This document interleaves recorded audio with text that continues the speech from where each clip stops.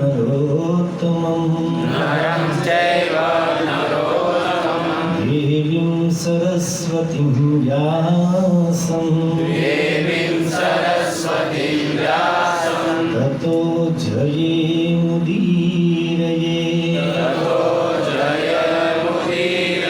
कृष्णाय वासुदेवाय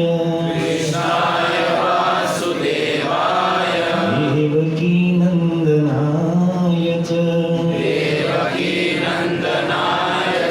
नन्दगोपकुमाराय गोविन्दाय नमो नमः कथं संस्मृते यस्मिन् कथं संस्मृते यस्मिन् दुष्करं सुकरं भवेत् दुष्करं सुकरं भवेत् विस्मृते विपरीतं स्यात् विस्मृते विपरीतं स्यात् श्रीचैतन्यं नमामि तम् श्रीचैतन्यं नमामि तम्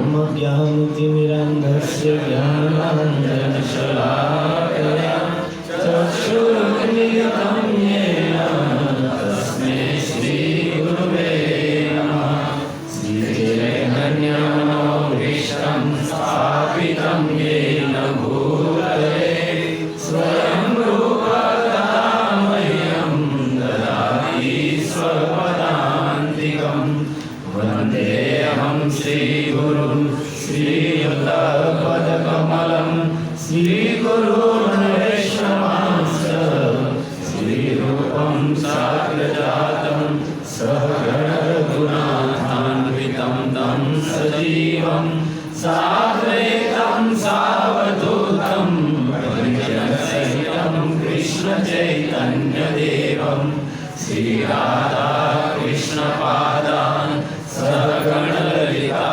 श्रीशाखान्वितांश्च नमो विष्णुपादाय कृष्णप्रेष्ठाय भूतले श्रीमते भक्तिवेदान्त स्वामिनिति नामिने नमस्ते सरस्वती देवे गौरवाणी प्रचारिणे निर्विशेष शून्यवादी पाश्चात्यदेशतारिणे वञ्चाकल्पतरुभ्यश्च कृपा सिन्धुभ्य एव च पतितानां पावनेभ्यो वैष्णवेभ्यो नमो नमः।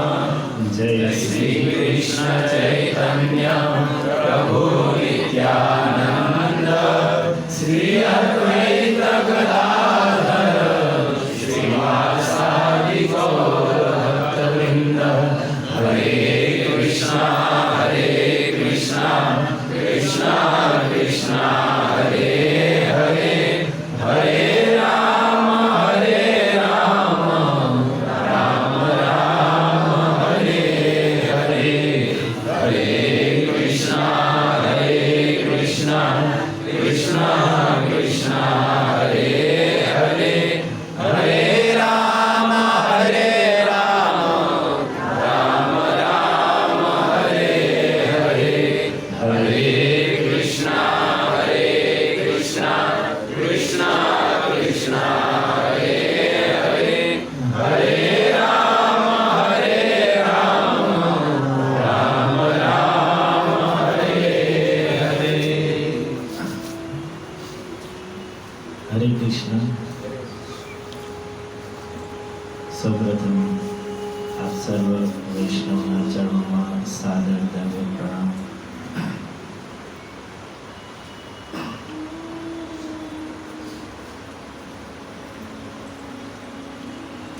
વિશેષ હરિપ્રિયા માતાજી અને એમના પ્રભુજીના આગ્રહથી આપણને લોકોને આ સત્સંગનો લાભ મળી રહ્યો છે અને પછી પ્રસાદ નહીં મળશે. યદ્યપિ શરીરમાં એટલી ચુસ્તી નહોતી, થોડી અસ્વસ્થતાને કારણે, પરંતુ માતાજીના વિશેષ આગ્રહને કારણે 2-3 વખત પહેલા કીધું પણ અનુકૂળતા નહોતી. સંસારી લોકો પાસે ખેંચાવીએ એ સારું લાગે, વૈષ્ણવ પાસે સારું નહીં એ ભાવથી કીધું. પ્રોગ્રામ થઈ જાય. નમસ્તો પણ દિવાળી નજીક આવે છે, પછી 15 દિવસ 20 દિવસ બધા વિખૂટા પડશું તો એ બાને બધા ભક્તો એક વખત મળી પણ લઈએ. કોરોનાએ ઘણા આપણને લોકોને દૂર દૂર આગા રાખ્યા, ઝૂમ ઉપર ને ગૂગલ મીટ ઉપર રાખ્યા.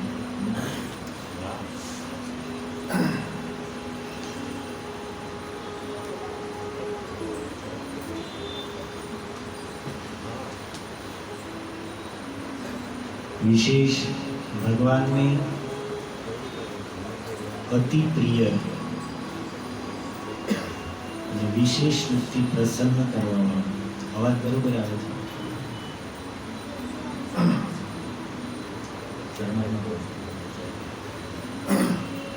કાર્તિક માસ આવી ગયો છે.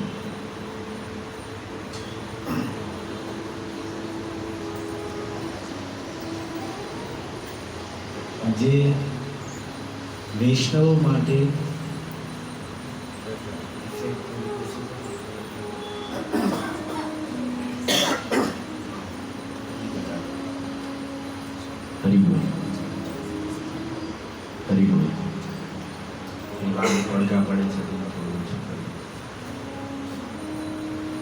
કાર્તિક માસ જે વૈષ્ણવ માટે બહુ મહત્વપૂર્ણ માસ છે. જો ભગવાનની જીવો ઉપર કેટલી કૃપા છે એ આપણે સહજ રીતે સમજી શકીએ. જેવી રીતે 84 લાખ પ્રકારના શરીરોમાં મનુષ્ય શરીર એકમાત્ર ભગવાનની પ્રાપ્તિ કરવા માટે છે. સંસારના વિષયો ભોગવવા માટે, ખાવા પીવા માટે, હરવા કરવા માટે, ભોગો માટે, પશુ પક્ષીઓથી લઈને દેવતાઓ સુધીના સમસ્ત શરીરો છે. પણ મનુષ્ય શરીર એહી તન કર ફલ વિષયનો ભાઈ. મનુષ્ય શરીર માત્ર ને માત્ર ભગવાનની પ્રાપ્તિ માટે છે. પહેલી વાત તો આ સમજાવવું અઘરું છે, કારણ કે જેમને જીવનમાં સંસ્કાર નથી એ સમજી જ નહીં શકે. વ્યક્તિના હાથમાં અમૂલ્ય રત્ન હીરો મૂકી દેવામાં આવે પણ ખબર જ નથી આ હીરો છે, તેની માટે શું કામ? એની માટે તો એક પથ્થર જ છે. એમ આપણને આ દેવ દુર્લભ મનુષ્ય શરીર મળ્યું છે, પણ જેમણે જીવનમાં સત્સંગ નથી કર્યો, સંતોનો આશ્રય નથી લીધો, એમને ખબર જ નહીં પડે કે આ શરીર કેટલું કિંમતી છે, આની એક એક ક્ષણ કેટલી મહત્વની છે. એ તો ત્યારે સમજાય કે જ્યારે શાસ્ત્રોનો આધાર લીધો હોય. હું વિચાર કરું કે કોઈ વ્યક્તિ આખી જિંદગી મહેનત કરે, 20 વર્ષનો છો ત્યારથી ધંધે લાગ્યો હોય અને લગભગ 60 વર્ષ સુધી મનુષ્ય ધંધો કરે, પછી તો નિવૃત્તિનો સમય આવે, તો 40 વર્ષમાં મહેનત કરીને બહુ પૈસા કમાય. આપણે અનુમાન લગાવો કે 100 કરોડ કમાણો. મોડો વિચાર શું કામ કરો? નાનો વિચાર શું કામ? વિચાર તો મોટો કરી, ભલે પછી 1-2 મીઠા ઘટે એનો વાંધો નહીં, ઘણા પછી એપડો જ ઘટી જાય. આખી જિંદગી બિચારા ખાઈને ખાવાનું જ કર્યું હોય કે વધ્યું જ નથી. 100 100 કરોડ રૂપિયા કમાય, આખી જિંદગી મહેનત કરી, દિવસ રાત મહેનત કરી, બીજું કઈ કામ જ ન કર્યું, સવારે જાગીને નાઈ ધોઈને ખાઈને સીધા ઓફિસે, સાંજે આવીને ભોજન કરીને સૂઈ ગયા, જાગીને સીધા ઓફિસે. 100 કરોડ કમાણા, મૃત્યુનો સમય આવ્યો અને પછી વ્યક્તિ કે યમરાજજીને કે મૃત્યુ દેવતાને કે મેં 40 વર્ષ સુધી મહેનત કરીને જે 100 કરોડ રૂપિયા કમાણા છે, બધા જ 100 કરોડ હું તમને આપી દઉં, એ 40 વર્ષમાંથી મને 1 વર્ષનો સમય આપો. એ તો સંભવ નથી. સારું, 6 મહિનાનો સમય આપો. 40 વર્ષની કમાણી, દિવસ રાતની મહેનતની 40 વર્ષની કમાણી આપું છું. 6 મહિના તો આપો, 3 મહિના, 1 મહિના. તો તમારે આપવો જ કેટલો સમય? અઠવાડિયું આપશો નહીં. એમનામ કરતા કરતા એ વ્યક્તિ 1 કલાકે આવ્યો. 1 કલાક તો આપો, મારે કંઈક મહત્વપૂર્ણ કાર્ય છે એ તો હું કરી લઉં, 1 કલાકનો સમય આપો. અરે ભાઈ, 100 કરોડ રૂપિયા તું ભલે 40 વર્ષની તારી કમાણી છે, 1 કરોડ 100 કરોડમાં 1 કલાક શું, 1 ક્ષણ પણ નહીં મળે. ચાલ, આપણે કાંઈ નથી કરવું, ચાલ તો સાથે.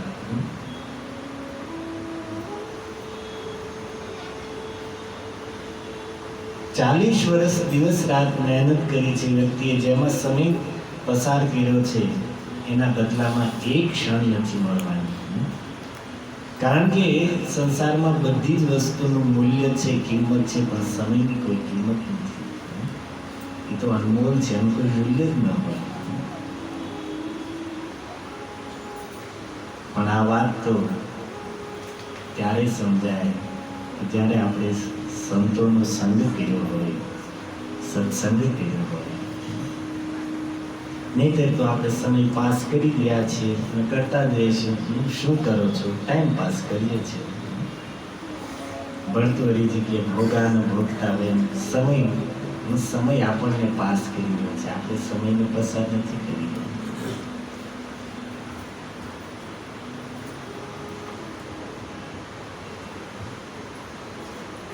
આવો મનુષ્ય દેહ આપણને મળ્યો છે માત્ર ને માત્ર ભગવાનની પ્રાપ્તિના ઉદ્દેશ્ય છે. પણ છતાં આપણે લોકો ગૃહસ્થ છીએ, તો આપણી પાસે ઘણા કાર્યો હોય, સંસારિક કાર્યો હોય, આપણા વ્યવહારિક કાર્ય હોય, સામાજિક કાર્ય હોય, વ્યાપાર ધંધાના કાર્ય હોય. અને એટલા માટે એમ કહેવામાં આવે કે ભાઈ એને બધું જ છોડીને તમે આખો દિવસ ભજનમાં સમય પસાર કરો, તો એ આપણી માટે થઈ ન શકે, આપણે કરી ન શકીએ. કારણ કે ત્યાગી વૈરાગી તો છે, ઘર પરિવાર સંસાર લઈને બેઠા છીએ. અને એટલા માટે ભગવાન જાણે છે ગૃહસ્થ વ્યક્તિ કેટલો ફસાણેલો છે, એની ઉપર કેટલી જિમ્મેદારીઓ હોય, એને કેટલા કાર્ય હોય, ધારવા છતાં કરી ન શકે. અને એટલે ઠાકોરજીએ કૃપા કરીને પોતાના દિવ્ય સચ્ચિદાનંદ શરીરમાંથી એકાદશી તિથિની ઉત્પત્તિ કરી કે તમે લોકો રોજ ન કરી શકો, આખો દિવસ રોજ ન આપી શકો તો કાંઈ નહીં, પણ કમસે કમ 15 દિવસમાં 1 દિવસ એકાદશીના દિવસે પણ બધી જ સંસારની ક્રિયાઓને છોડીને, ખાવા પીવાની ચિંતા છોડીને આખો દિવસ ભજનમાં પસાર કરો. 15 દિવસમાં 1 દિવસ એવો કાઢો કે જે માત્ર ને માત્ર ભગવાનના ભજન માટે હોય, કીર્તન, કથા, નામ જપ, સેવા માટે. તો પણ 1 દિવસ જો એકાદશીનો દિવસ સાવધાનીપૂર્વક, ઉપવાસપૂર્વક ભજન કરશો તો ઠાકોરજી કૃપા કરીને કહે છે 15 દિવસનું ભજનનું ફળ તમારા ખાતામાં જમા કરી દેશે. આ ભગવાનની કૃપા છે, વિશેષ આપણા ગૃહસ્થો માટે. क्या बिचारा प्रहलादजी કેમ ગૃહંધકું પણ ઘર ગૃહસ્થીમાં ફસાણેલા છે. અને એવી જ રીતે ભગવાને 12 મહિનામાં પણ એક વિશેષ મહિનો કાર્તિક માસ કે જેમાં વ્યક્તિ સાવધાનીપૂર્વક ભજન સાધન કરે તો 12 મહિનામાં જે સમય આપણે બરબાદ કર્યો છે એ સમય પણ આપણો સાર્થક થઈ જાય જો કાર્તિક મહિનામાં આપણે સાવધાન થઈને સાવધાનીપૂર્વક ભજન કરીએ. કારણ કે સાધુની વ્યાખ્યા જ મેં ગઈ વખતે પણ કીધું હતું. સાધુ કોણ? જે સાવધાન રહે સાધુ. સાધુની સ્પષ્ટ વ્યાખ્યા છે કે જે સતત સાવધાન રહે. શેની સાવધાની? એક પણ ક્ષણ વ્યર્થમાં ન જાય, એક ક્ષણ વ્યર્થમાં બરબાદ ન થાય, આ માટે જે સાવધાન રહે એનું નામ સાધુ. તો એવો પવિત્ર કાર્તિક માસ આવી રહ્યો છે. તો કાર્તિક માસમાં આપણે કંઈક વિશેષ કરવું હોય, જે સાધન કરીએ છીએ, 100 માળા કરીએ છીએ, સત્સંગ કરીએ છીએ, એવરેજ બધા જ લોકો દિવસમાં 2-4 કલાક ભજન કરે છે તો કરીએ છીએ. પણ ભગવાન કાર્તિક માસમાં એટલા પ્રસન્ન થાય છે. કાર્તિક માસનો શાસ્ત્ર સંતોમાં એટલો મહિમા ગાયો છે. આપણા આચાર્યોએ પણ કાર્તિક માસ ઉપર વિશેષ જોર દીધું છે. તો આપણે પણ કંઈક વિશેષ કરવું છે કાર્તિક માસમાં. તો શું કરીએ? એક કામ કરીએ, 1 મહિનો રોજ આપણે બધા મંગળ આરતી કરીએ. કેમ લાગે છે? તમે કહેશો પ્રભુજી કોઈ પણ વાતમાં અત્યારે સમય અનુસાર ઓપ્શન હોય, એક ઓપ્શન આપો. આ થોડુંક અઘરું પડશે મને તેને તમને.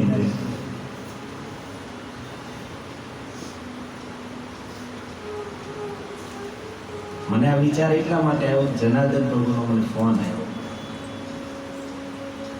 મને કે શું કહેશે પ્રભુજી? મેં કીધું આજ ક્યાં પૂછવાનું છે, ક્યાં તૈયારી કરવાની છે? આપણા 3 આચાર્યોનો તિરોભાવ દિવસ છે. બધાને જીવન ચરિત્ર વિશે કંઈક 15-20 મિનિટ કહેશું તો સમય થઈ જશે કલાક.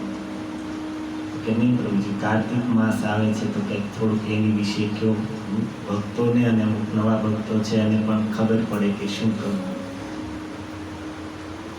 એટલે મને સ્મરણમાં આવ્યું કે ભાઈ આપણે કંઈક કાર્તિક માસ, પ્રભુજીની વાત સાચી છે કે ભાઈ રસ્તા ઉપર આપણને ખબર જ છે કે વળાંક આવે છે, પણ તો સરકારનું કાર્ય છે બોર્ડ મારે સાવધાન. પૂઢે શું હોય? આહે વળણ નહીં.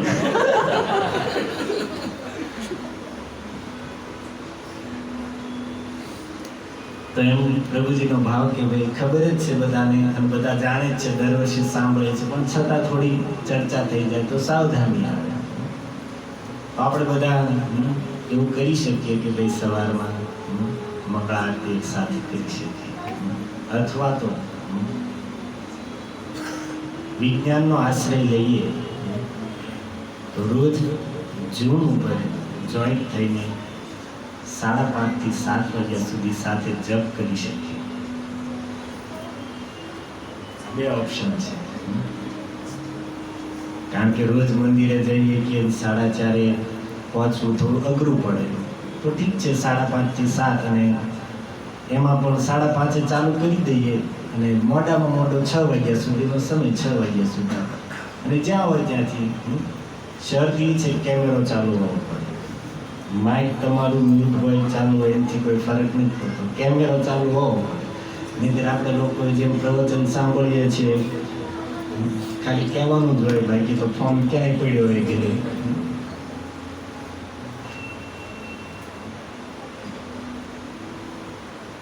પણ કેમેરો ચાલુ હોય તો પાછું એ ન થાય.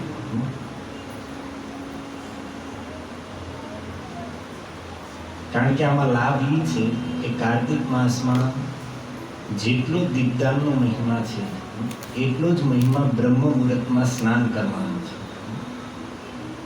તો જો આ કરીએ આપણે 5:30, 6 થી 7 કલાક, 1.5 કલાક સાથે જપ, તો તમારે 6 વાગ્યામાં જોઈન્ટ થવું હોય તો સ્વાભાવિક છે 5 વાગે તો જાગવું જ પડે. સ્નાન કરીને તિલક ઇત્યાદિ કરીને તૈયાર કરો ત્યાં 5:45, 6 તો થઈ જ જાય. તો એક સાથે 2 લાભ મળે.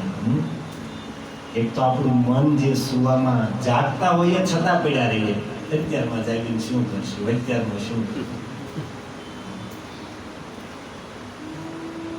કારણ કે મન એ વસ્તુ છે કે એની ઉપર જ્યાં સુધી દબાણ નહીં આવે ત્યાં સુધી કાંઈ કરશે નહીં. અને સમય આપણો આમ નામ આળસમાં ને આળસમાં નીકળતો જાય છે.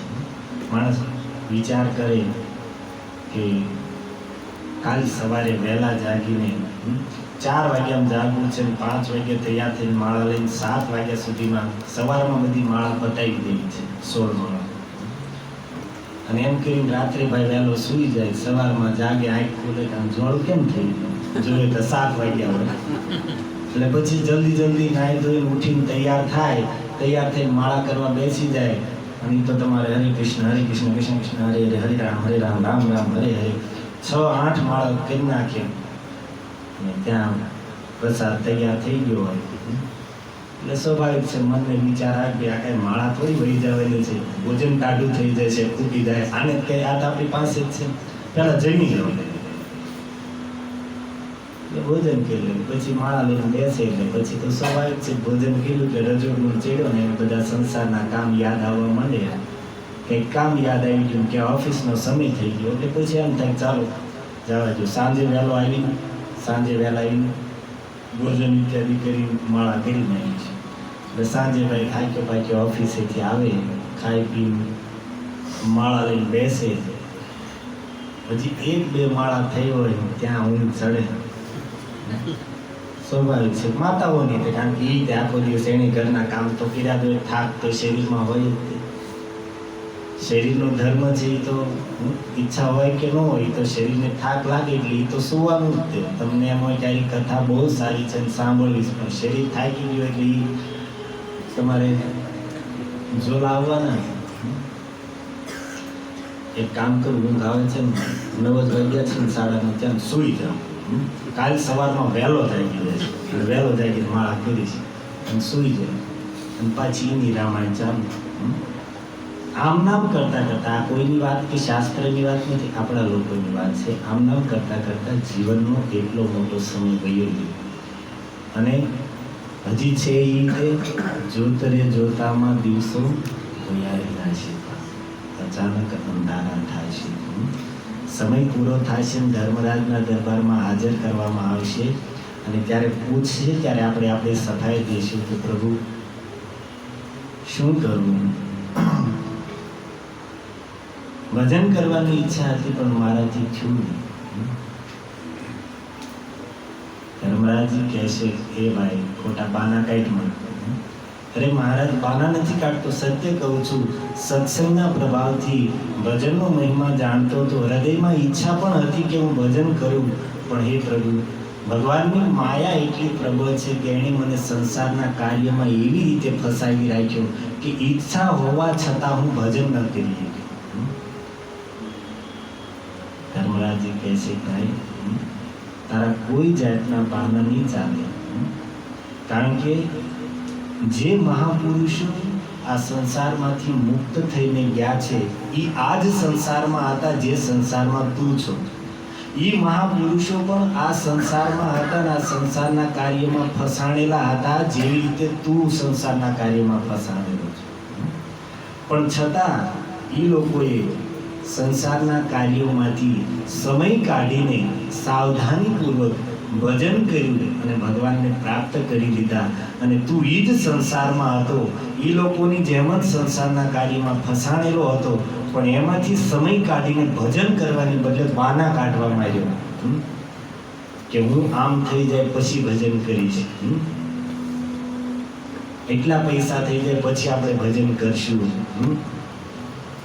એટલો ધંધો થઈ જાય, એટલી ફેક્ટરી થઈ જાય પછી ધંધો કરી, છોકરીઓના વિવાહ થઈ જાય પછી ભજન કરશું. ભજન કરવા માટે પ્રતીક્ષા કરી, મારે જેવી જોતી છે એવી અનુકૂળ પરિસ્થિતિ આવે પછી હું ભજન કરીશ. આપણે જે ધાર્યું છે એવું બધું આપણી રીતે વ્યવસ્થિત થઈ જાય, આપણને બધું અનુકૂળ થઈ જાય પછી હું ભજન કરીશ. અને એ તો થવાનું નથી. આ સંસારમાં કોઈ વ્યક્તિઓ બતાવો કે જેની માટે બધી જ પ્રકારે અનુકૂળતા આવી હોય. એક પણ ભક્ત મહાપુરુષો જે થયા છે જેમના ચરિત્રો આપણે સાંભળીએ છીએ ભાગવત, રામાયણ ઇત્યાદિ ગ્રંથોમાં, અથવા તો આપણા નજીકના ભવિષ્યમાં નરસિંહજી, મીરાજી ઇત્યાદિ કોઈ પણ ભક્તો થયા, એકનું જીવન ચરિત્ર એવું બતાવો કે જેણે જીવનમાં બધી જ પરિસ્થિતિ અનુકૂળ બની હોય અને ભજન કર્યું હોય. એક તો એવું બતાવો. બધા જ લોકોએ જીવનની પ્રતિકૂળ પરિસ્થિતિમાં જે પરિસ્થિતિમાં હતા એ જ પરિસ્થિતિમાં રહીને સાવધાનીપૂર્વક સમય કાઢીને ભજન કરી લીધું અને ભગવાનને પ્રાપ્ત કર્યા છે. અનુકૂળ પરિસ્થિતિ કોઈને ભલે ગમે એટલી ભક્તિ કરતા હોય પણ અનુકૂળ પરિસ્થિતિ એક ભક્તને તો દેખાય. કારણ કે સંસારનો નિયમ જ છે, જો અહીંયા વ્યક્તિ જેવો ધારે છે એવો એની માટે સમય આવતો હોય, એવી વ્યવસ્થા થઈ જતી હોય તો ઠાકોરજી આ જગતને દુઃખાલય શું કામ કે? આ જગત દુઃખોથી ભરેલું છે એમ ભગવાન કહે શું કામ? એટલા માટે ભગવાને પણ સાવધાન કર્યા કે અર્જુન, આ જગતમાં વ્યક્તિ માટે ક્યારેય એને જોતી છે એ પરિસ્થિતિ નથી આવવાની. સમય અનુકૂળ અને પ્રતિકૂળ આવ્યા જ કરશે. જીવનમાં સુખ અને દુઃખ આવ્યા જ કરશે, હાનિ અને લાભ આવ્યા જ કરશે. આમાંથી મુક્ત થવાનો કોઈ ઉપાય છે જ નહીં. તો તાણ સ્થિતિ ક્ષસ્વ ભારત, એટલો જ ઉપાય છે કે એને સહન કરતા શીખી જાય. જીવનની કોઈ પણ પરિસ્થિતિની સારી પરિસ્થિતિ હોય તો એમાં રહેતા શીખ, અને ખરાબ પરિસ્થિતિ આવે ત્યારે એમાં સેટ થતા શીખ. સુખ આવે તો એમાં જીવતા શીખ, અને દુઃખ આવે તો એમાં જીવતા. તાણ સ્થિતિ ક્ષસ્વ ભારત, આને સહન કરવા સિવાય બીજો કોઈ માર્ગ નથી. પણ આપણું ઊંધું થયું કે પરિસ્થિતિને અનુકૂળ બનાવીને ભજન કરવાની બદલે બહાના કાઢવા માટે. પણ એ ચાલશે નહીં. ધર્મરાજજી સ્પષ્ટ કહે કે જે સંસારમાં તું છો, જે સંસારમાં તું ફસાણેલો હતો, એ જ સંસારમાં રહીને જ મહાપુરુષોએ ભજન કરીને સાવધાનીપૂર્વક સમય કાઢીને ભગવાનની પ્રાપ્તિ કરી છે. એટલા માટે આપણી માટે પણ જરૂરી છે કે સમય રહેતા સાવધાન થઈ જઈએ. કારણ કે એવા વહેમમાં તો રહી શકીએ નથી કે જે આપણે નાના છીએ. હું ધારું ત્યાં સુધી આમાંથી કોઈ 40 અંતરના નથી, અને એવરેજ કાઢી હોય તો કદાચ 42 થી 45 ની આવી જાય, 40 થી 50 વચ્ચેના ગણો. કારણ કે અમુક છોકરા હોય તો પાછા બધું પગવરાન પર બી બેઠા એવરેજ કરાવવા વાળા. 42-43 વર્ષની માનો આપણી એવરેજ ગણો, અને આયુષ્ય કેટલું છે? અત્યારે વર્તમાન સમયમાં ભારત સરકારના આંકડા અનુસાર એવરેજે મનુષ્યનું આયુષ્ય 63 વર્ષનું છે. કેટલા? બરોબર છે. 3-4 વર્ષ પહેલા સાંભળ્યું રવિ પ્રભુ, તમને ખબર હોય બધા ભણેલા માણસો. આપણે એ જ ગણો ને. કારણ કે કોઈ ભાગ્યશાળી હોય 80 પોગે, પણ કોઈ પાછો બિચારો 50. તો 63 વર્ષ ગણો તો આપણી પાસે 20 વર્ષ રહ્યા, 18-20 વર્ષ રહ્યા. હવે એમાં જો પ્રહલાદજી અનુસાર ગણિત લગાડીએ, ભાગવતમાં પ્રહલાદજીએ જે બતાવ્યું છે કે 50% વ્યક્તિનો સમય તો સુવામાં, ખાવા પીવામાં વયો જશે. આખા દિવસમાં 12 કલાક તો સ્વાભાવિક છે, વ્યક્તિ 8-9 કલાક સૂવે અને 2-4 કલાક ખાવા પીવામાં, નાવા ધોવામાં વયા જાય, એટલે 50% સમય ગયો. 20 વર્ષ આપણી પાસે વધ્યા છે, એમાંથી 50% સમય કાઢી નાખો તો કેટલા વધ્યા? 10 વર્ષ. ડોક્ટર સમજી ગયા. હવે એ 10 વર્ષમાં આપણી ઓફિસ તો ઊભી જ છે. એ તો ઊભી જ છે કે સવારે 9-10 વાગે એટલે આપણે ટ્રેન પકડી લેવાની છે, અને આખો દિવસ માર્કેટમાં જવાનું છે, સાંજે આવવાનું છે. એટલે 10 વર્ષમાં પાછી રોજની આપણી ઓફિસ તો એ જે 7-8 કલાક, જે 9 કલાક જે જતા હોય એ તો આપણી ઊભી જ છે. અને બાકી હજી આપણો પાછો વ્યવહાર બાકી છે. છોકરા બધાને અણી આવી ગયા છે.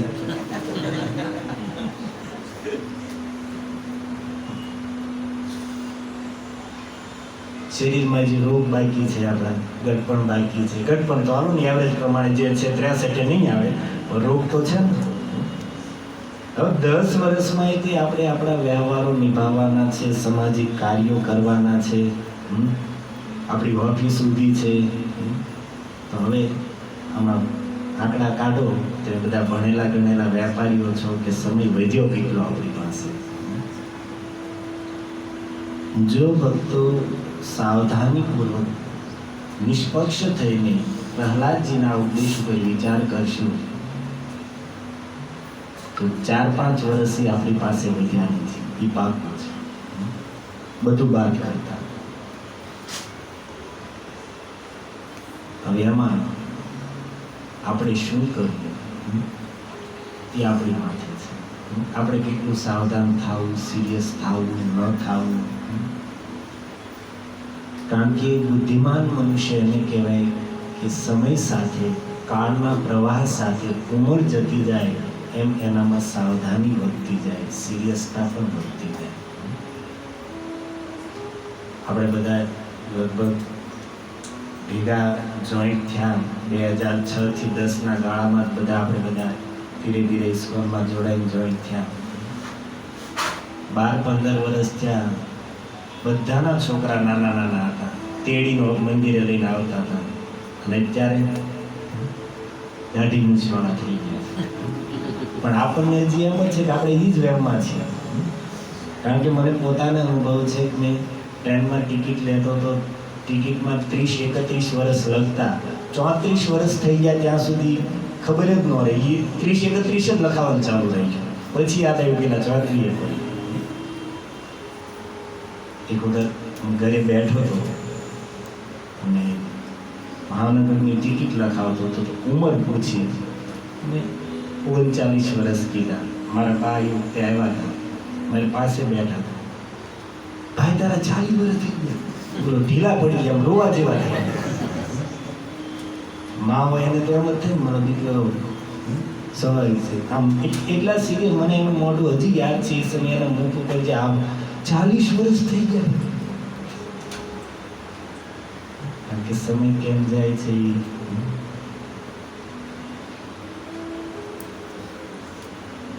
તમને ભક્તોને કોઈને વૈષ્ણવને ઉપદેશ દેવા નથી માંગતો. કારણ કે તમે લોકો બધા ભજન કરો જ છો, હું સાવધાન જ છું.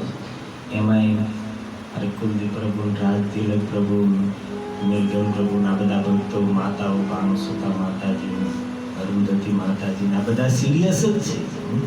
અને મારી જેવા થોડા મીડિયમ સિરિયસ છે. પણ બધા ભજન તો કરીએ જ છીએ, પણ છતાં સમજવાનું એટલું જ છે કે સમય જાય એમ આપણી સાવધાની વધવી જોઈએ. આપણે સત્સંગ કરીએ છીએ તો કમસે કમ એટલું તો આપણને ખબર રહેવી પડે કે જેમ ઉંમર જઈ રહી છે એમ આપણામાં સિરિયસતા, સાવધાની વધતી જાય. ભજન થોડું થોડું વધતું જાય. આજે આપણે 2-3-4 કલાક કરીએ છીએ તો જેમ ઉંમર વધે એમ થોડું થોડું 10-15 મિનિટ, કલાક, 2 કલાક વધારતા જઈએ. ધીરે ધીરે આ સંસારના કાર્યોમાંથી છૂટવાનો પ્રયાસ કરીને હવે સમય એ આવી ગયો છે કે સંસારના કાર્યોમાંથી હટવાનો પ્રયાસ કરીને ભજન વધારવાનો પ્રયાસ કરીએ. અત્યાર સુધી આપણું ભજન બેલેન્સમાં ચાલતું હતું. જેટલું કરીએ છીએ રોજનું રૂટીન અનુસાર એટલું થઈ જાય એટલે ઇનફ છે. કારણ કે બીજા બધા કાર્યો આપણે હોય સ્વાભાવિક સમજીએ કે દિવસનું 2-4 કલાક ભજન થતું હોય, કોઈ સિરિયસ ભક્ત હોય તો 5-6 કલાક, તો એટલું નીકળું ચાલ્યા કરતું હોય. પણ હવે જીવનની ગાડી છે એ પાછી વળી રહી છે. આધેડે પહોંચી ચૂક્યા છીએ એટલે હવે વળતા પાણીએ છીએ. એ પ્રમાણે સાવધાની પણ રાખવી જોઈએ. તો કાર્તિક માસ આવે છે, એક શ્રેષ્ઠ અવસર છે કે આપણે લોકો થોડીક સાવધાનીપૂર્વક 1 મહિના માટે જો સાધના કરશું તો ભગવાન પ્રસન્ન થઈને આખા વર્ષનો જે અમુક સમય વ્યર્થ ગયો છે એ પણ એનું ફળ પણ ઠાકુરજી આપી દેશે. બગડેલી બાજી સુધારી દેશે.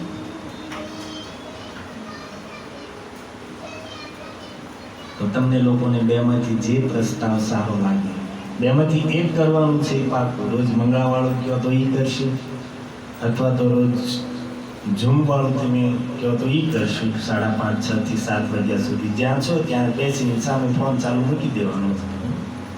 કલાકમાં તમે બાનું ન કાઢી શકો, મારું નેટ સવારમાં ખાલી થઈ જાય તેને બીજું આપણે કરવું છે શું? આમાં તો સબો થાવું, પછી તમારે આખો દિવસ વોટ્સઅપ જોવાથી તો નેટ ખાલી થઈ ગયું તો ખોલવાનું છે.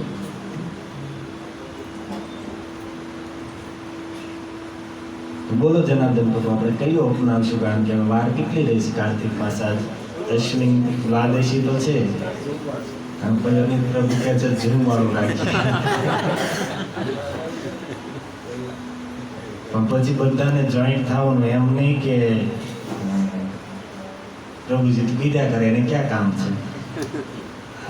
કારણ કે 7 વાગ્યા સુધીમાં આપણે કંઈ કામ હોય નહીં, અને એક સાથે 2 કાર્ય થાય છે. બ્રહ્મ મુહૂર્તમાં સ્નાનનો આપણે હજી 15 દિવસ કે એકાદ વખત કંઈક સમય મળે ને સત્સંગ થાય છે, તો આપણે એ બધી ચર્ચા કરીશું કે ભાઈ શાસ્ત્રમાં કાર્તિક માસમાં દીપદાનનો કેટલો મહિમા લખ્યો છે, બ્રહ્મ મુહૂર્તમાં સ્નાન વિશે કેટલું લખ્યું છે, અને હરિનામ જપ વિશે તો એનો મહિમા કાર્તિકમાં નહીં, અખંડ કળિયુગ પૂરો થાય ત્યાં સુધી 365 દિવસનો મહિમા લખ્યો છે. 4,42,000 વર્ષ સુધી અખંડ રૂપથી હરિનામનો મહિમા લખ્યો છે. પણ છતાં કાર્તિક જેવો માસ ભગવાનને પ્રિય છે, અને એનું નામ પણ એને અતિ પ્રિય છે, તો અતિ પ્રિય થઈ જાય. પ્રિય પ્રિય અતિ પ્રિય. તો આ ચર્ચા ક્યારેક કરશું, પણ આપણે શું કહેવાય, સારો દિવસ શરદ પૂર્ણિમા ત્યારથી આપણે ચાલુ કરીએ. નસીબ પ્રભુ આમ 30-40 લોકો તો જોઈન્ટ થઈને જપ કરતા હોય તો આપણને આમ એકબીજાનો ઉત્સાહ ચડે. ભજન વસ્તુ એવી છે કે એકબીજાના ટેકે ચાલે. ઘણી વસ્તુ એવી હોય કે માણસને એકબીજાના પગ ખેંચવા પડે. ગુજરાતી શબ્દ હું બોલતો ન બોલ્યો, પણ પગ ખેંચે માણસો એકબીજાના. પણ ભજન વસ્તુ એવી છે કે એકબીજાના સરકારે ચાલે. ગ્રુપમાંથી 3 જણા મંગળ આરતીમાં જતા હોય, 2 જણા ન જતા હોય, ઓલા 2ને એમ થાય કે આ જાય છે આપણે જઈએ, અને એ આવવા માંડે એટલે ઓલા 3ને ક્યારેક આળસ થઈને સુઈ રહેવાનું મન થતું હોય તો એમ થાય બધા છે હું નહીં હોત, એટલે પછી એ ફોન. અને ખાલી જરૂર પડે 2-4 મહિના જ આવી રીતે 2-4-6 મહિના જાય એટલે પછી એને સ્વાભાવિક આદત થઈ જાય. પછી શું હોય તો એ ટાઈમે હું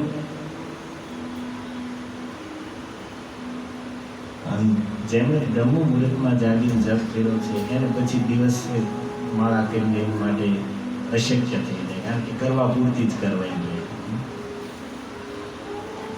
તો શરદ પૂર્ણિમાથી જનાર્દન પ્રભુ તમે કીધું છે ને, તમારે જ આ સંભાળવાનું. સંભાળશે બીજા પણ જે ન જોઈન્ટ થાય એને ફોન તમારે કરવો પડશે, પ્રભુજી કેમ નથી આ જોઈન્ટ થયા? બરોબર ને, કોઈની જવાબદારી તો એવી પડે. તો આપણે બધા આવી રીતે કંઈક કરીએ જેથી આપણો કાર્તિક માસ સફળ થાય. અને મેં કીધું મન છે થોડીક આળસ છોડે, નહીં તો પછી આળસમાં સમય વયો જાય છે. તો આવું હવે તો જે ચર્ચા મુખ્ય કરવી હતી એની માટે તો સમય એટલો બધો નથી, પણ છતાં આપણે થોડો સમય કવિરાજ ગોસ્વામીને સ્મરણ કરીએ. પશ્ચિમ બંગાળમાં જામલપુર કરીને ગામમાં કવિરાજજીનું, એનું નામ તો મેં કીધું કૃષ્ણદાસ નામ હતું. કવિરાજની તો એને ઉપાધિ મળી, અર્થાત એક ટાઇટલ મળ્યું. અને 2 ભાઈ અને એક ભાઈ હતા શ્યામદાસ. તો એક વખત એને ઘરે પ્રોગ્રામ રાખ્યો, 24 કલાક અખંડ કીર્તનનો ઉત્સવ રાખ્યો. વૈષ્ણવના ઘરે ઉત્સવ તો એવા જોઈએ ને, કથા કીર્તનના. સંસારમાં પ્રાય લોકો ઘરે જમણવાર રાખે તો એમાં વય શું, બધા આવે ઘડી બેસીને કંઈક વાતો કરે, ક્યાં ગયો તો શું છે ના તેમ, અને પછી ખાવા પીવાનું હોય, ભોજન કરવાનું હોય, પછી વિખૂટા પડી જવાનું હોય. વૈષ્ણવો જમવા માટે ભેગા થાય તો એની માટે ખાલી ખાવું પીવું ઉદ્દેશ ન હોય. પહેલાં કંઈક ઘડીક સત્સંગ કરીએ, કીર્તન થાય, પછી ભોજન તો બોલ્યા સંસારના લોકો કરે એમ આપણે કરવાનું છે, પણ પહેલા કથા કીર્તન હોય. આ જ વૈષ્ણવતાની નિશાની છે, આ જ ભક્તોનું માપદંડ છે. કવિરાજ ગોસ્વામીએ 24 કલાક સુધી અખંડ સંકીર્તનનો ઉત્સવ રાખ્યો અને મોટા મોટા ભક્તોને એમાં બોલાવ્યા, કીર્તન કરવાવાળાને જેવી રીતે આપણે કીર્તન મેળામાં હોય, સ્થાન સ્થાનેથી ભક્તોને બોલાવે, સારા કીર્તનીય હોય તો બધાને બોલાવ્યા અને બહુ સારો કીર્તનનો ઉત્સવ થયો. ને એમાં એક મીનકેતન રામદાસ કરીને એક ભક્ત હતા જે નિત્યાનંદ પ્રભુના પાર્ષદ હતા. અને મીનકેતન રામદાસજી કીર્તનમાં આવ્યા અને એને કીર્તનમાં એની મસ્તી હતી કે કીર્તનમાં એ સુદબુદ્ધ ભૂલી જતા અને એક વંશી રાખતા, એ વંશી વગાડતા અને વધારે પડતા તાનમાં આવી જાય એટલે એ વંશી કીર્તનમાં જે ફટાફટ સંજીવભાઈ કહે છે પરમ પ્રકાશ પ્રભુ સત્સંગમાં બેઠા હોય મસ્તીમાં આવી જાય, કોકના હાથો તોડી નાખે, કોકનો વાહો તોડી નાખે. આપણે હકીકતમાં કઈ કીર્તનમાં કે કથામાં કંઈક તો ઉત્સાહ તો હોવો જોઈએ. પછી મારી જેમ આમ બેઠા રે મારી કાંકલા જેમ વક્તાને એમ થાય કે આપણે પૂરું કરી દઈએ, આ લોકો થાક્યા લાગે છે. તો મીનકેતનજી હતા એ વંશીથી મારે, કોકને થાપા મારે, એની મસ્તી એવી હતી અને કોઈને ખોટું કે દુઃખ ન લાગતું.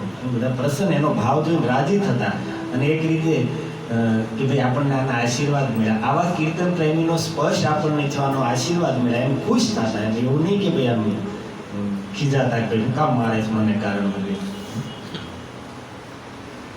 અને કીર્તનનો ઉત્સવ પૂરો થયો અને એ સમયે એ લોકોએ કવિરાજ ગોસ્વામી ઘરમાં જે વિગ્રહ હતા ભગવાનના, જે અહીંયા મંદિર છે એના ઘરે પણ સુંદર મંદિર હતું, તો એ મંદિરમાં સેવા કરવા માટે એને એક બ્રાહ્મણ રાખેલા હતા, ગુણાર્ણવ મિશ્ર કરીને. પહેલાં ધનવાન લોકો ઘરે મંદિર સારું હોય તો બ્રાહ્મણને રાખતા કે એ આખો દિવસ સેવા પૂજા કરે. તો બે વાત કે આ લોકો પાસે સમય ન હોય, પેલા બ્રાહ્મણને કંઈક જીવન ચાલે એવી રોજીરોટીનું મળી જાય. તો આવી વ્યવસ્થા હતી પણ ભક્તો માટે નથી. ભક્ત હોય તો ભગવાનની સેવા હાથે કરે. અમરીશ મહારાજ એટલા મોટા રાજા હતા પણ એમની વિશે વર્ણન છે કે કરો હરે મંદિર માર્જના વિશે. મંદિરની સેવા, ઠાકોરજીનો શૃંગાર, સ્નાન ઇત્યાદિ તો હાથે કરતા, પણ 7 દ્વીપવતી ભૂમંડળના એકમાત્ર ચક્રવર્તી સમ્રાટ હતા છતાં કરોર હરેર મંદિર માર્જનાદિશુ, પોતાના હાથમાં ઝાડુ સાવણી લઈને મંદિરમાં સફાઈ હાથે કરતા, પોતું હાથે લગાવતા. વૈષ્ણવની વાત એક અલગ છે, બાકી સંસારમાં મોટા મોટા ધનવાન લોકો ઘરે ભગવાન હોય તો સેવા માટે બ્રાહ્મણો રાખે. તો શ્યામદાસજી હતા એને બ્રાહ્મણ રાખેલા હતા. અને મીનકેતન રામદાસજી મહાન ભક્ત હતા, પ્રેમી હતા. જે આવી બધા એમને પ્રણામ કરતા, એમના આશીર્વાદ લેતા. પણ જે ગુણાર્ણવ જે બ્રાહ્મણ હતા એને પ્રણામ ન કર્યા. એટલે કીર્તન પૂરા થયા એટલે જે રામદાસ જે હતા એને કીધું, એનું નામ તો રામદાસ હતું પણ એક સાથે ધજા રાખતા ને ધજામાં મીન માછલીનું ચિહ્ન હતું એટલે છાપ થઈ કે મીનકેતન રામદાસ. તો પ્રણામ ન કર્યા એટલે કીર્તન પૂરા થયા એટલે એને કીધું એ તો દ્વિતીય રોમ હર્ષણ સૂત બલરામ દેખીલ ન કેલ પ્રણામ. રોમ હર્ષણ સૂતજી ભાગવતની કથા સાંભળી છે. બલરામજી આવ્યા, એને ઊભા થઈને પ્રણામ ન કર્યા. અને એ બાબતમાં જે કવિરાજ ગોસ્વામીના ભાઈ હતા શ્યામદાસ, એમને અને આ રામદાસ જે મીનકેતન હતા, આ બંનેને તકરાર થઈ ગઈ, થોડીક માથાકૂટ થઈ ગઈ. એટલે રામદાસ જે હતા એ ક્રોધિત થઈને ત્યાં જ ક્રોધમાં આવી પોતાની વંશીઓથી પછાડી તોડી નાખી અને ત્યાંથી નીકળી ગયા. એ રામદાસ ગયા એટલે કવિરાજ ગોસ્વામીએ એમના ભાઈ શ્યામદાસ સાથે ચર્ચા કરી. ચર્ચાની એમના ખીજાણા, એમની સાથે માથાકૂટ કરી, લડાઈ ઝઘડો કર્યો કે તે એક મહાન વૈષ્ણવ પ્રત્યે આવો અપરાધ કર્યો.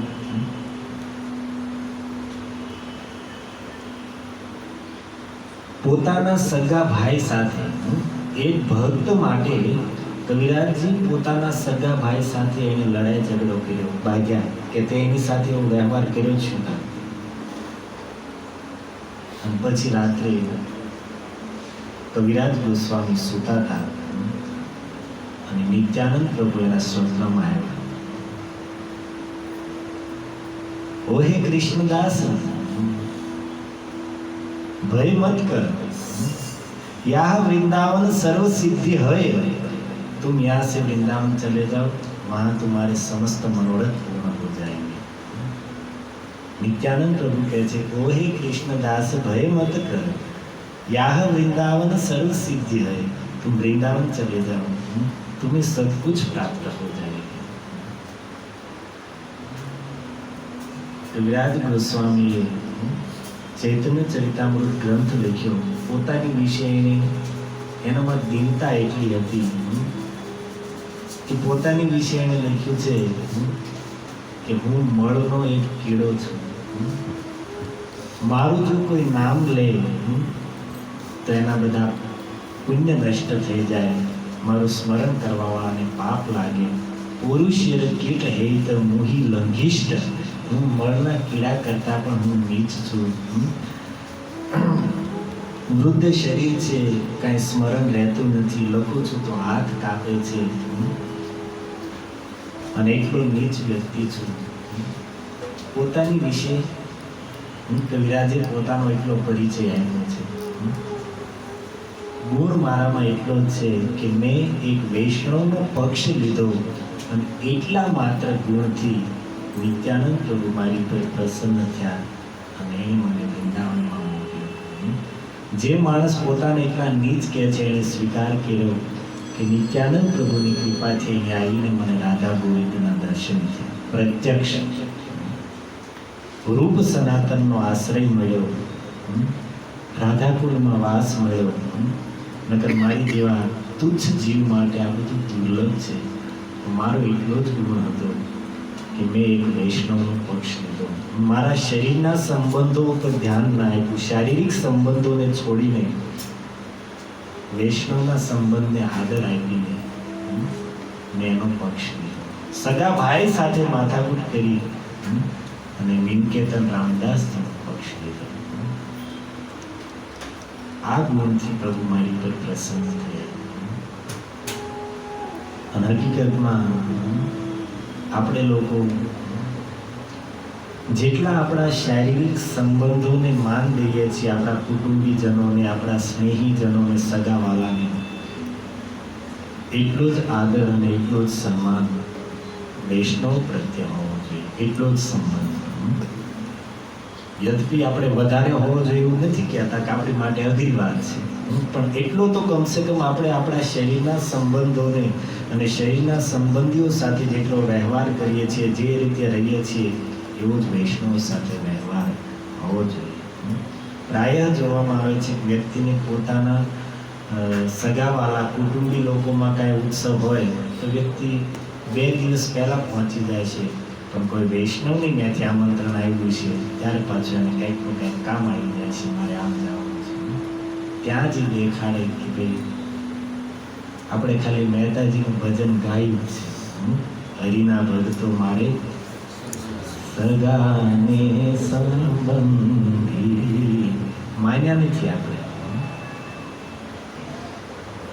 ભાગવતમાં વર્ણન છે કે ભગવાનના ધામમાં એ દિવ્ય પરમ વ્યોમ ત્રિગુણાતીત ધામમાં કોણ જઈ શકશે? વૈકુંઠવાસ લખીને પહોંચી જવાય છે. આપણે લખીએ તો છીએ કોઈનું શરીર છૂટ્યું હોય તો સ્વર્ગવાસ ને વૈકુંઠવાસ, અને લખવું જોઈએ, કારણ કે પછી ત્યાં તો કંઈ નરકમાં જેવું સારું ન લાગે.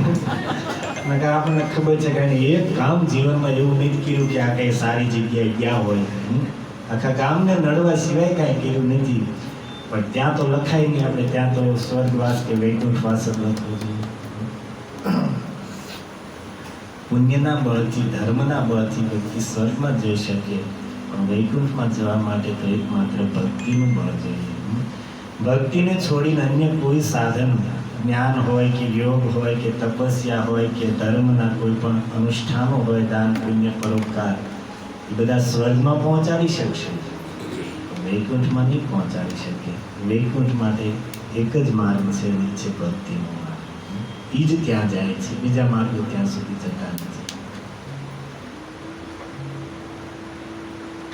તો ત્યાં જવું કઈ રીતે? વૈકુંઠમાં જવું હોય તો શું કરવું જોઈએ? કઈ રીતે ત્યાં જવું? કોણ ત્યાં જઈ શકશે? કંઈક તો યોગ્યતા હોય ને, કોઈ પણ જગ્યાએ જવું હોય તો કંઈક યોગ્યતા હોય. અહીંયા સંસારમાં આપણે જઈએ કે આપણે કંઈક સારી જગ્યાએ જવું હોય, કંઈક સારા માણસો ભેગા થયા હોય, ઊંચી જગ્યાએ હોય તો ત્યાં કંઈક તમારે આમ યોગ્યતા જોઈએ, વ્યવસ્થિત તૈયાર થઈને જવું જોઈએ. પછી તમે લગે વગે જઈએ તો ન જાવ.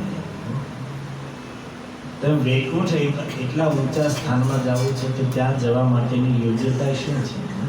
આપણે બધા બીજાની પાછળ બહુ લખ્યું વૈકુંઠ વાસ, આપણી પાછળ કોઈક લક્ષ્ય, એટલે આપણે યાદ રાખી લો કે આપણે સાચું ખાલી લખાવું નહીં, આપણે સાચું જવું છે. અને ત્યાં જવું છે તો એની યોગ્યતા કંઈક ભાગવતમાં બતાવી છે કે કેવા ગુણો હશે એ વૈકુંઠમાં જઈ શકશે, ભગવાનની દિવ્યધામમાં જઈ શકશે. શાંતઃ સમદૃશાઃ શુદ્ધાઃ સાધવઃ સમદર્શિનઃ યાન્તિ અંજસ અચ્યુત પદમ અચ્યુત પ્રિય બાંધવાઃ. 6 યોગ્યતાઓ, 6 પ્રકારના ગુણ બતાવ્યા છે. પહેલા કહે છે કે શાંત, જે શાંત સ્વભાવના, શાંત પ્રકૃતિના લોકો હશે. હવે એની અંદરથી તો વ્યાખ્યા ઘણી થઈ શકે. ત્યાર પછી કહે છે શાંતાઃ શુદ્ધાઃ, જે શુદ્ધ હોય, જીવન જેમનું શુદ્ધ હોય. શુદ્ધ અર્થાત એક વસ્તુ આવી ગઈ, વાણીમાં શુદ્ધતા હોય, મનની શુદ્ધતા હોય, શરીરમાં અંદર અને બાહ્ય રીતે શુદ્ધતા હોય. શુદ્ધતાની અંદર બધું આચરણમાં શુદ્ધતા હોય. પછી એમાં એવું ન ચાલે કે આપણે બોલીએ બીજું કંઈક ને કરીએ બીજું કંઈક. વાણીની જે તપસ્યા ગીતામાં ભગવાને કીધી છે, સત્યમ પ્રિયમ હિતકરમ, સત્ય બોલવું, બીજાને સારું લાગે એવું બોલવું, બીજાનું હિત થાય એવું બોલવું. આ વાણીની શુદ્ધતા છે. મનની શુદ્ધતા છે કે કપટ છોડી દેવું, બીજાને હલવાડવાના ધંધા છોડી દેવા. આ મનની શુદ્ધતા છે. શરીરની શુદ્ધતા છે. અંદરથી શુદ્ધ કરવા માટે તો એક જ ઉપાય છે, હરિનામ. અંદરની શુદ્ધતા માટે બહારથી આપણે સ્નાન કરીને શુદ્ધ થઈ શકીએ, શરીર ઉપર તિલક લગાડીને પવિત્ર થઈ શકીએ, પણ અંદરની શુદ્ધતા માટે બીજો કોઈ ઉપાય જ નથી.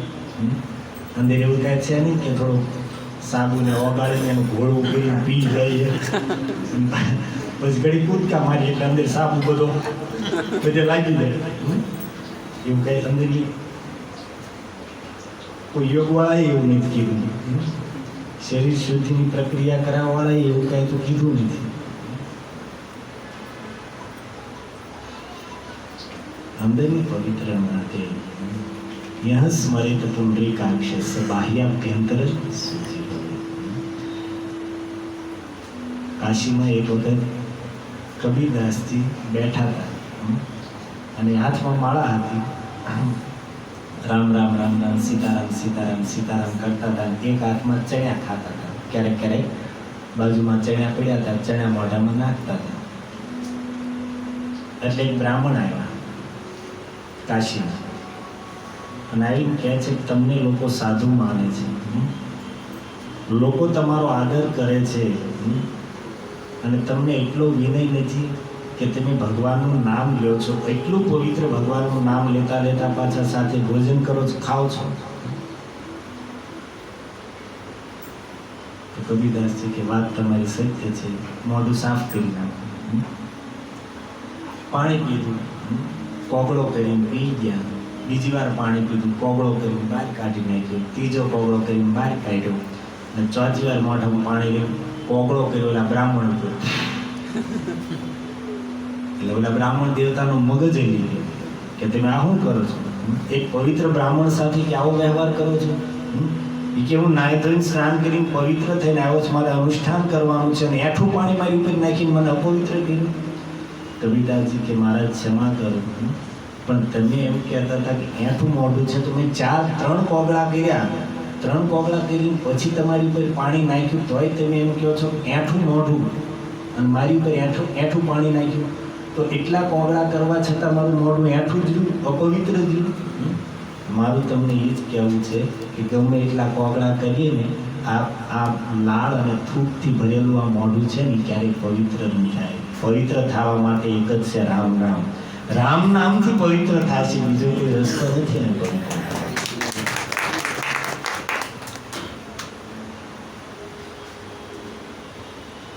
એટલા માટે શુદ્ધા શબ્દમાં બધું જ આવી ગયું, બધા જ વૈષ્ણવ આચાર આવી ગયા. શાંતાઃ શુદ્ધાઃ સમદર્શિનઃ. ત્રીજી યોગ્યતા બતાવે છે કે સમદર્શી હોય. ભગવાનના ધામમાં જવાની યોગ્યતા માટે સમદર્શી, બધાની અંદર ભગવાનનો વાસ છે આવી ભાવના રાખવી. વ્યવહાર સમ ન થાય પણ દ્રષ્ટિ સમ રાખીએ. કે સ્વાભાવિક છે કે વ્યવહાર આપણે આપણા માતા પિતા સાથે વ્યવહાર જે કરીએ એવો આપણે બીજા લોકો સાથે એને એટલો આદર ન આપી શકીએ. કોઈ સંત મહાપુરુષો સાથે આપણે જેટલો આદરપૂર્વક વ્યવહાર કરીએ તો એવા બીજા કોઈ આપણે કામ કરવાવાળા ઉપર ન રાખી શકીએ. તો વ્યવહાર તો યથાયોગ્ય જ હોય, વર્ણ અને આશ્રમ અનુસાર જેની જેવી યોગ્યતા. પણ દ્રષ્ટિ આપણે સમ રાખીએ કે બધાની અંદર એ જ ભગવાન બેઠા છે. જીવે સન્માન દિવે જાની કૃષ્ણ અધિષ્ઠાન. એ કીડાથી લઈને દેવતા સુધીના બધા જીવોની અંદર ભગવાન શ્રી કૃષ્ણ જ પરમાત્મા રૂપમાં બેઠા છે. આવા ભાવથી બધાની પ્રત્યે આપણે સમદ્રષ્ટિ રાખીએ કે ભાઈ બધા ભગવાનના અંશ છે, બધાની અંદર ભગવાન રહેલા છે. ચોથું કહે છે સર્વભૂતાનુરંજન. સર્વભૂત સમસ્ત જીવ અનુરંજન અર્થાત જીવ માત્રને પોતાના આચરણથી અનુરંજન અર્થાત ખુશ રાખવાનો પ્રયાસ કરે. આ પણ એક બહુ મોટો ગુણ છે કે આપણીથી બધા ખુશ રહે એવો પ્રયાસ કરીએ. અને એ વાત કદાચ ન થઈ શકે તો કમસે કમ આપણીથી કોઈ દુઃખી ન થાય એવો તો આપણે પ્રયાસ કરવાનો કે ભાઈ બધાને ખુશ રાખવા. એ તો મહાપુરુષોના કાર્ય છે. આપણી જેવા સામાન્ય વ્યક્તિ માટે એ વાત અઘરી પડે થોડી, પણ કમસે કમ એટલું તો કરી શકીએ કે આપણાથી કોઈ દુઃખી ન થાય. અને શાંતાઃ શુદ્ધાઃ સમદૃશાઃ સર્વભૂતાનુરંજન. અને અંતમાં કહે છે યાન્તિ અચ્યુત પદમ અચ્યુત પ્રિય બાંધવા. અચ્યુત પ્રિય, ભગવાન અચ્યુત અર્થાત ભગવાન કૃષ્ણનું નામ છે અચ્યુત, જે પોતાની મહિમાથી ક્યારેય ચ્યુત ન થાય, પોતાની શક્તિથી ક્યારેય ચ્યુત ન થાય, પોતાના સ્વભાવથી ક્યારેય ચ્યુત ન થાય, પોતાની કૃપાલુતાથી કરુણાથી ક્યારેય ચ્યુત ન થાય. એટલા માટે એનું જગત પ્રસિદ્ધ નામ છે અચ્યુત. તો કહે છે ભગવાન અચ્યુતના એક પ્રિય હોય, અચ્યુત પ્રિય બાંધવા. ભગવાન અચ્યુતના જે પ્રિય ભક્તો છે એને પોતાના બાંધવ માને અર્થાત પોતાના સાચા સંબંધી માને. સૌથી શ્રેષ્ઠ યોગ્યતા શું બતાવી? અચ્યુત પ્રિય બાંધવ. ભગવાનના પ્રિય ભક્તો છે એને જ પોતાના સાચા બાંધવ, સાચા સંબંધી માને. આવો ગુણ જેનામાં છે યાંતિ અંજસ, સરળતાથી અચ્યુત પદમ, ભગવાનના એ પદને પ્રાપ્ત કરી દેશે. વિચાર કરીએ તો કેટલી સહેલી વાત છે. બસ ભગવાનના જે ભક્તો છે એની સાથે આપણે એને પોતાના સાચા હરિના ભક્તો મારે સગાને સંબંધી. આપણને એમ થાય મહેતા પણ શાસ્ત્ર વાંચીએ ત્યારે ખબર પડે કે આ મહાપુરુષોએ શાસ્ત્રોનો સાર ભજનની એક લાઈનમાં સમાવી દીધો છે.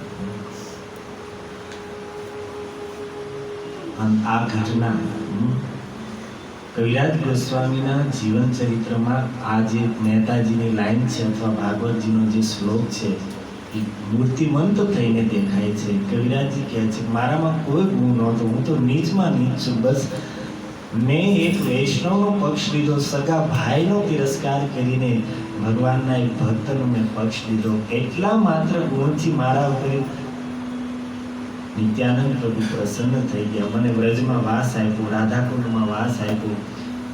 અહીંયા મેં રૂપ સનાતન અને અન્ય સંતોનું મને આશ્રય મળ્યો અને રાધા ગોવિંદના પ્રત્યક્ષ દર્શન થયા. એટલા માત્ર ગુણથી કવિરાજ ગોસ્વામી રાધાકુંડ ઉપર રહેતા. તો રઘુનાથ દાસ ગોસ્વામી નો નિયમ હતો રોજ 64 માળા કરતા, 1 લાખ હરિનામ કરતા. આપણે 4 દિવસે કરીએ, ઘણાને તો એ વધારે દિવસો લાગતા હોય, 10 દિવસો લાગતા હોય, 15 દિવસ લાગતા હોય. 2 કરવાવાળાને 1 મહિનો મળ્યો હોય. 64 માળા કરતા, રોજ 1000 અથવા કોઈ જગ્યાએ 2000 લખ્યું છે. વૈષ્ણવોને દંડવત પ્રણામ કરતા. મારી આ વાત તો આપણને ગણાય તો ઉતરે જ કેમ? એ તો રાધાકુંડ ઉપર રહેતા હતા એટલે ગોવર્ધનની પરિક્રમા કરતા હોય વૈષ્ણવ બધા, તો એક સ્થાને ઊભા રહી જતા અને ત્યાં ઊભા દંડવત પ્રણામ વૈષ્ણવને કર્યા કરતા. પણ 1000 અને રોજ આપણે પ્રયાસ કરો તો કદાચ એક દિવસ જો 100 કર્યા હોય તો બીજે દિવસે આપણે 10 ન થાય. રોજ 15-20 કરીએ તો થાય, બાકી એનાથી વધારે બળ કર્યું તો પછી બીજે દિવસે ઊભા થવાનું થઈ જ ન છે. રોજ 1000 દંડવત વૈષ્ણવને કરે છે. આ બતાવે છે કે એનું શરીર ભક્તિના બળથી દિવ્યતાને પ્રાપ્ત થઈ ગયું છે. પ્રાકૃત જળ શરીરથી આ કાર્ય સંભવ નથી. અને જો આપણને આ વાત ન સમજાય કે રઘુનાથદાસ ગોસ્વામીનું શરીર ભજનના બળેથી પ્રાકૃત ગુણોને છોડીને અપ્રાકૃત દિવ્ય ગુણાતીત થઈ ગયું હતું, તો પછી ભક્તિની મહિમા શું સમજે આપણે? ભક્તિની મહિમા શાસ્ત્ર કહે છે કે ભક્તિના બળેથી જીવ ગુણાતીત સ્થિતિને પ્રાપ્ત થઈ જાય. આ જ શરીરમાં, આ જ દેહમાં એને દિવ્યતા આવી જાય, અપ્રાકૃત બની જાય. મહાપ્રભુના પાર્ષદ હતા વક્રેશ્વર પંડિત. કીર્તનમાં એટલી એને મસ્તી આવતી કે એક વખત કીર્તનમાં 72 કલાક સુધી અખંડ, એક પણ મિનિટ ઊભા રહ્યા વગર 72 કલાક સુધી નાચ્યા. કીર્તન કરવાવાળા ફરતા ગયા, કીર્તન મંડળી ફરતી ગઈ. 72 કલાક એટલે 3 દિવસ થયા. અને પછી ગાવાવાળા થાકી ગયા, ન થઈ ગયા. હવે આ કઈ રીતે વાત સમજાય? 70 મિનિટ નાચ્યા હોય ને,